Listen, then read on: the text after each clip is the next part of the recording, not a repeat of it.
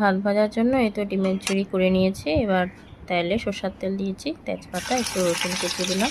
ভালো লাগে রসুন কুচিটা একটু দিলে। এই তোমার 2টা রসুন দিয়েছি, কোয়া।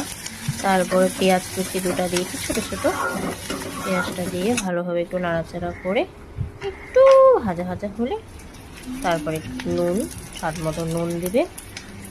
মানে তোমরা যেভাবেই বানাও, মানে আমি কীভাবে বানাই সেটাই দেখাচ্ছি। যদি আমারটা ভালো লাগে তো আমারটাও বানাতে পারবে। স্বাদ মতো নুন দিলাম, গুছিয়ে হলুদ দিলাম, তারপরে একটু সামান্য লঙ্কার গুঁড়ো দিলাম। এটা পুরো অপশনাল, দিলে দিবে, না দিলে নেই, সেটা তোমাদের উপর। তারপর এটা ভালোভাবে একটু নাড়াচাড়া করে যখন পেঁয়াজটা ভালোভাবে, পুরোপুরি না, মানে একটু ভাজা ভাজা হয়ে গেলে, যে এই ধরনের হলে তারপরে যে ভাতগুলোকে ভালোভাবে ভেঙে নিয়েছি। আগের দিনেরই ভাত ছিল, সেটা ফ্রিজে রেখে দিয়েছিলাম। তারপরে এই ভাতগুলো সুন্দর করে ভেঙে হাত দিয়ে সুন্দর করে ভেঙে কড়াইতে ছেড়ে দিলাম পেঁয়াজের সাথে।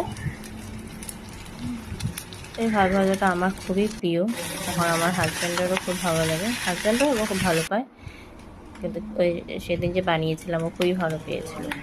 তারপরে এই মশলাগুলো দিয়েছি, মিট মশলা এটা দিব, যে দেখালাম, ম্যাগি ম্যাজিক মশলা আর মনোরমা ঘি।